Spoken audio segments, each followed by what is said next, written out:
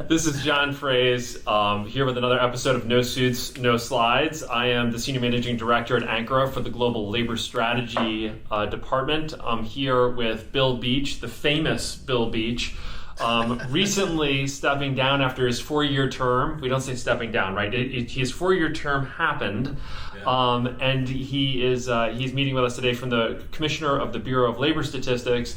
And then we've got... So we go from famous to infamous. Yes, Dave Gilbertson. We've got the troublemaker. That's right. Dave Gilbertson. He's the brains behind this operation, but not this operation.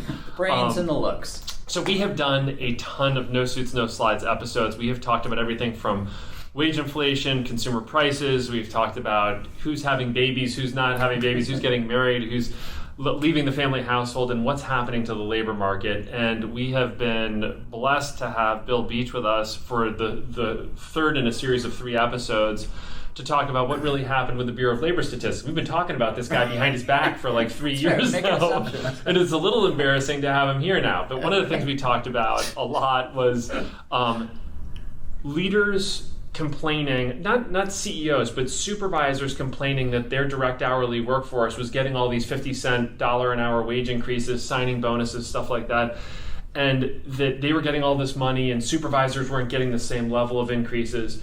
And when we looked at the numbers, we said, yeah, but based on the consumer price index, these employees getting 50 cents or $1 still got a pay cut because prices outstripped wages.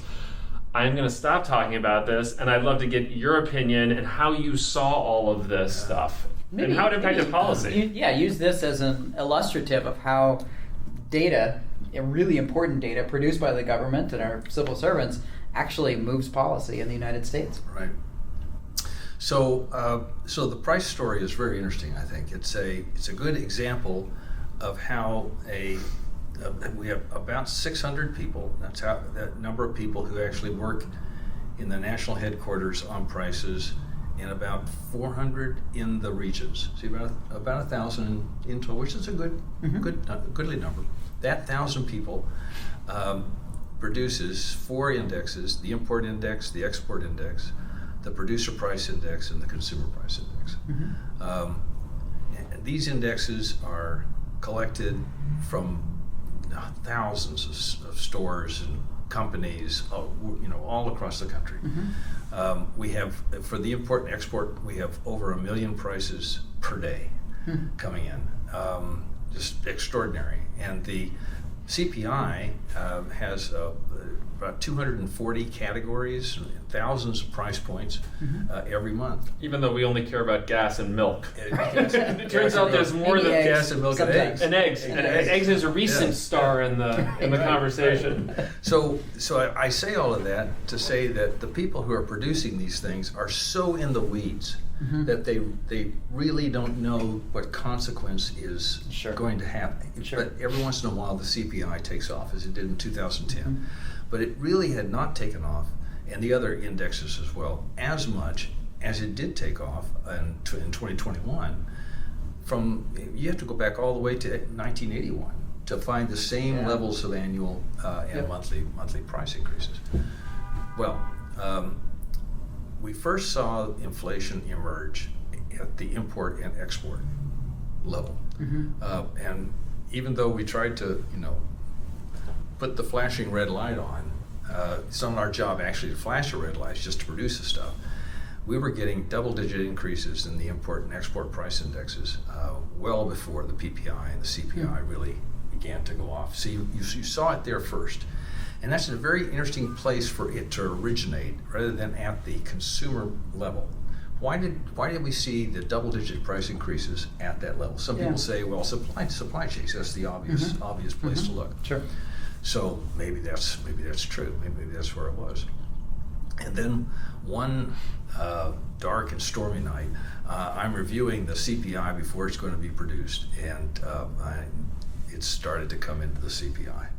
We're getting now rates of growth on an annualized basis of 4.5%, which is way above what we had. Doesn't seem so bad right now. Doesn't seem so bad right now. Right. But you can see it lining up. The PPI was already at 5.5%, 4.5% CPI. It was going up. The import exports were now close to the export index, if I'm not mistaken, was pretty close to 15% annual rate. So you could see this. You could see the structure of inflation taking hold. Once the structure of inflation is out there, once there is a persistent expectation that prices will go up, people begin to behave in such a way that they perpetuate inflation, and it becomes instilled in the economy. It is far worse than a recession.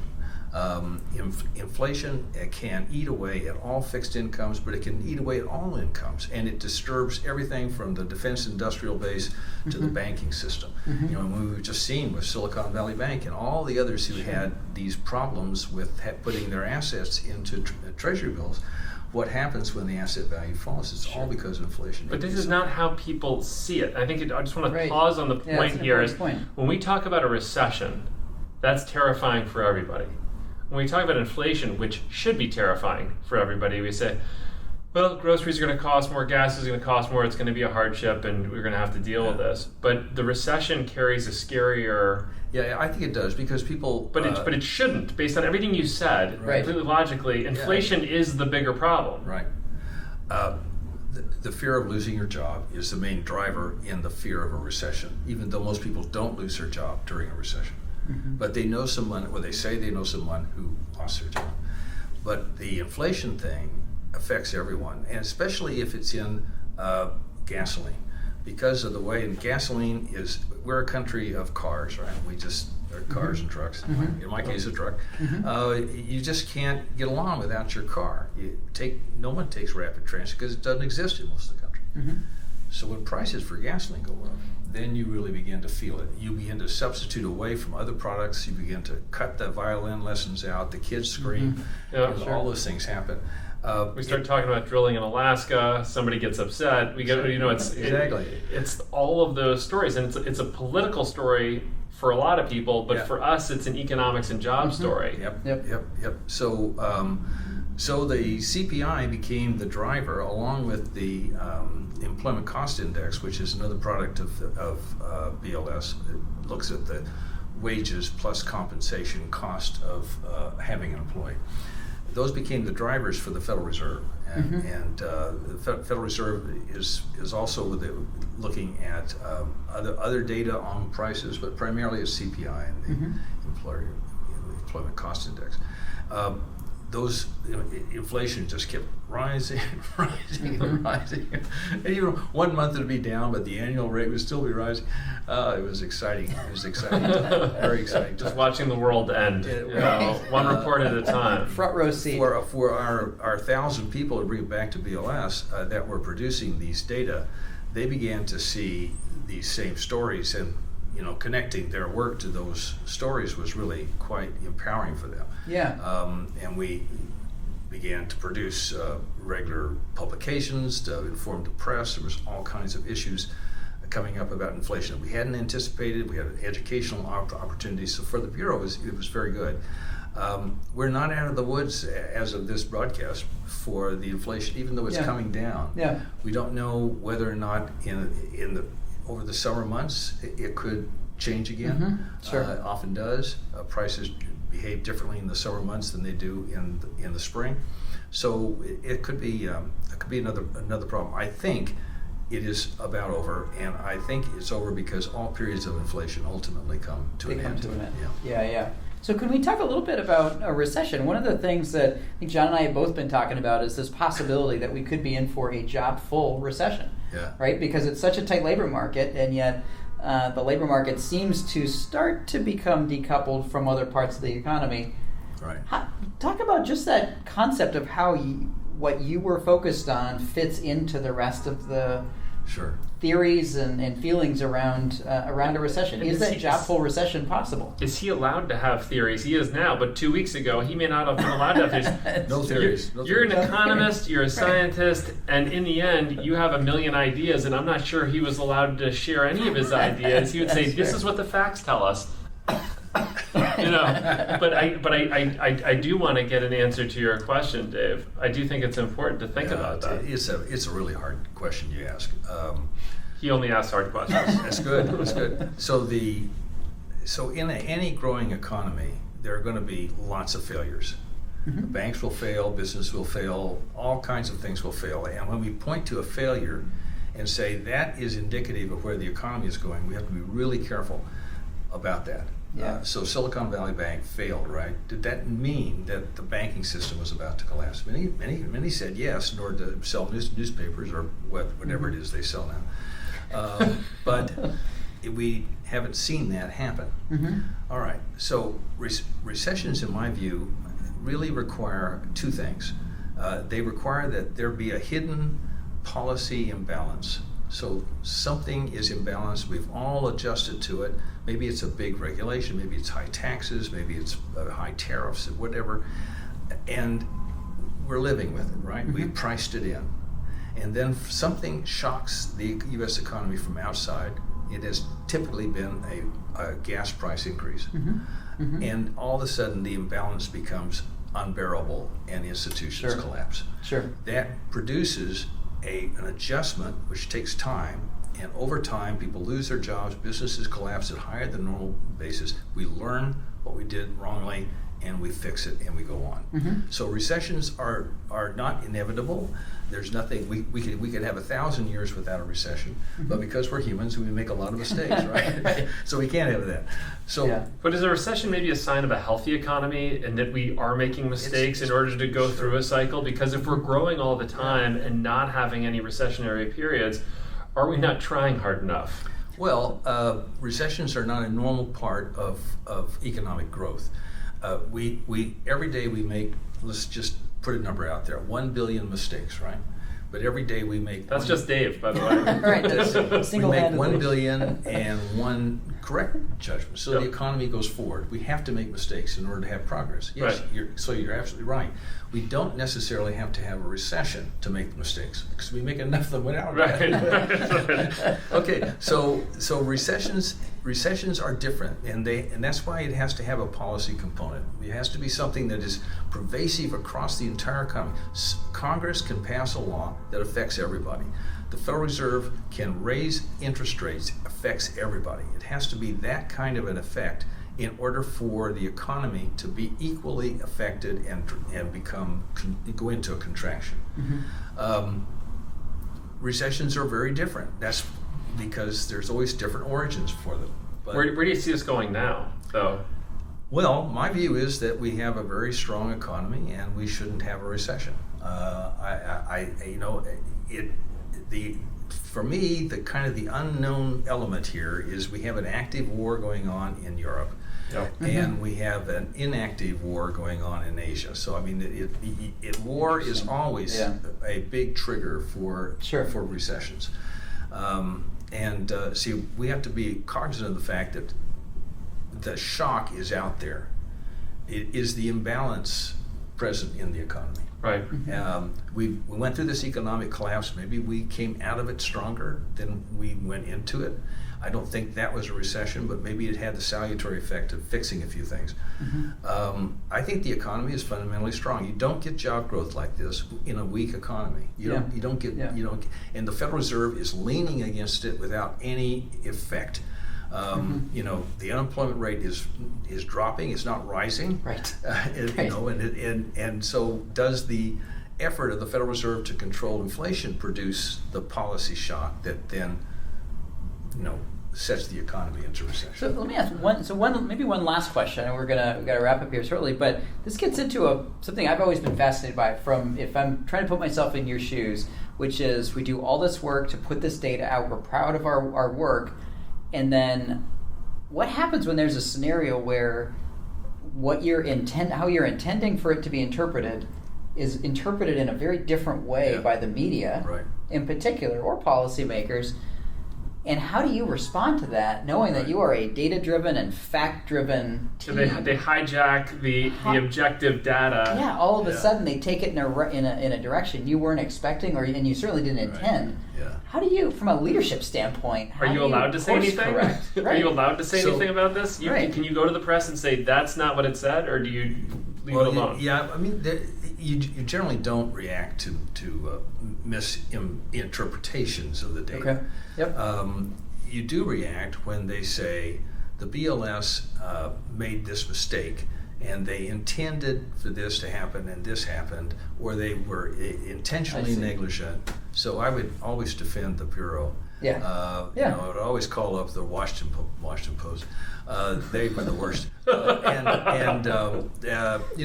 We would say, look, here's what we did, and you invite reporters to come into the office and to talk to people. We're open about that. But don't give them free shirts, by the way. That's just for friends. That's for friends. But if they want to interpret the data a way that we would not, we're just producing the data. And so then your hope is that the next month it starts to course correct and the data will prove out. I will say though that criticism by the press is often very useful. The Washington Post again took a view that we had understated unintentionally the unemployment rate in March, April, May, and June because we had not asked the right questions about why people had been laid off. Okay. And it turned out they were right. Interesting. So from here on out, there's an asterisk by our April and May numbers, because we didn't have the right set of questions to probe people on why they said they were laid off but not unemployed. Yeah. And they so were in furloughed. fact unemployed. Yep. And we should have probed that even more. So So do you think the unemployment rate actually hit 20% during that time period? And it wasn't reported at that level, but is that, or if you're not comfortable answering that, that's fine too. But that was part of the speculation, right? Yeah. Was that because the question wasn't asked quite the right way, that people didn't actually know if they were unemployed or not. So we think we think our understatement never exceeded 200 basis points. I see. Okay. Yeah. Other than that first month. Yeah. Right. And so that will just be an asterisk. We'll have to live. We were very open about correcting that and making sure that everybody understood why that had happened. Yeah. But it did. I want to end with one last question because I don't want to delete. Is when you look at the reports and it's the 22 million jobs that were lost in 1 month or any other instance, is there a moment where you've said this report is going to send shockwaves other than the 22 million jobs? That was one clearly. Yeah, clearly. And you had ideas about policy, even though policy isn't your job, where you said, this is the report and if I was in charge of policy, here's what I would do. Question. Because you've been in the policy position, writing about policy for a long time. Is there a moment in time in your 4 years as the commissioner where you said, this report deserves this policy? Well, you can't help but think that, right? That's what I'm asking. You really can't. I mean, just looking at the CPI, for example, that was a time when I could see what was going to happen 3 or 4 months down the road, because I've had experiences with inflation, and I'm a student of inflation, and you know that it builds over time, and it builds rapidly. Probably. I know it's not fair to look in hindsight and say, here's what we should have done, but do it anyway. So the honest answer is, we were all so busy trying to get the materials done that we didn't have a lot of time to think about that. And our job was to really go to the White House and to the Federal Reserve and just lay out as much data as we possibly could. But it was clear that something needed to be done to put a damper in the rate of growth of inflation. Now, you normally would get that through productivity, or you would get that through congressional legislation that would, kind of claw back some of the stimulus that was out there. But well, that didn't happen. That didn't happen. There just was not a political will on the part of the administration at that time to jump down inflation's throat. Remember, they thought it was transitory, and there was probably evidence of that. But Federal Reserve might have wanted to start its work a little bit earlier in order to bring it down. I say that you're not political, but I'd like to end by saying that now you are. No. Yeah, it feels good. But go ahead. John, well, I think we have now defined the word fanboy. Yes. For both of us, exactly. We're so grateful. Absolutely fascinating. We are very grateful. Well, thank you for letting me talk about these things. I really appreciate it. Yeah. No, thanks for coming. And again, as my former boss, I'm glad that you still return my phone calls occasionally. I do. All right. Well, this is the last episode of the day of No Suits, No Slides. Dave, thank you so much. And Absolutely. Bill, thank you so much for joining us. Did you regret not firing John all that time ago? Man, you have to close Cut the the door. tape. Stop recording. Stop recording.